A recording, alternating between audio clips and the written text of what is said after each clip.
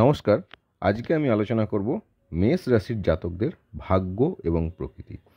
এদের দেহ রক্তবর্ণ, বৃহৎ বপু, ব্যায়ামপুষ্ট দেহ, মুখ, গ্রীবা ও নাসিকা দীর্ঘ হয়, ওষ্ঠদ্বয় পুরু হয়, কৃষ্ণবর্ণ ক্রেশ ও রক্তবর্ণ চক্ষু ও সমাঙ্গদেহী। জীবনশক্তির প্রাচুর্যে নিজেকে অসীম শক্তিশালী মনে করে, সত্য কথা বলতে দ্বিধাগ্রস্ত হয় না, সব কাজে নেতৃত্ব ও নিজের বুদ্ধির মাপকাঠি দিয়ে সব জিনিস বিচারে জাতকের আগ্রহ। আত্মসম্মান জ্ঞানে প্রাবল্য থাকে, সবাইকে নিয়ে চলতে চাইবে, আদর্শকে আঁকড়ে ধরে তার বাস্তব রূপায়ণে সচেষ্ট হবে, পরিশ্রম করতে জাতক নারাজ নয়। চিন্তা ও ধারণা শক্তি অত্যন্ত প্রখর, ক্রোধও খুব বেশি, নিজের সিদ্ধান্ত থেকে সহজে বিচ্যুত হয় না। জাতক জাতিকার ভাগ্য পরিবর্তনশীল, 29 বছর পর ভাগ্যোন্নতি লক্ষ্য করা যায়। নিজের কর্ম ক্ষমতার গুণে মাঝ বয়সে জাতক অবশ্যই প্রতিষ্ঠা লাভ করে। চাকরি অপেক্ষা ব্যবসাতে বিশেষভাবে উন্নতি লক্ষ্য করা সম্ভব। শস্য, বস্ত্র, ওষুধ, লৌহজাত দ্রব্য এবং ভূমি সংক্রান্ত ব্যাপারে জাতকের অর্থাগম হয়।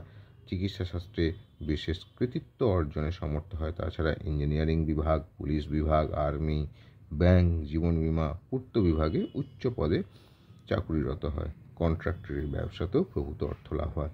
মেষ রাশির জাতক জাতিকা উন্নতি অবনতি নির্ভর করে অনেকটা দাম্পত্য জীবনের উপর। সুখী দাম্পত্য জীবন তখনই হয় যদি সপ্তমপতি শুক্র শুভ ভাবা সম্পন্ন হয়, এবং দাম্পত্য জীবন সুখ থাকলে জাতক জাতিকার উন্নতি অটোমেটিক হয়। জাতক জাতিকার বন্ধুভাগ্য খুবই ভালো, ধনী ব্যবসায়ী, গুণী অধ্যাপক, বড় ডাক্তার বা ইঞ্জিনিয়ার এদের বন্ধু হয়। জাতকের চক্ষুরোগ, শিরোরোগ, বদহজমের রোগ, পাকস্থলী বৈকল্য, অর্শ, আন্ত্রিকের সমস্যা হয়ে থাকে। এছাড়া এদের মস্তিষ্ক বেশিরভাগ সময় উত্তেজিত থাকে, এই জন্য ঘুমের প্রবলেম হয়।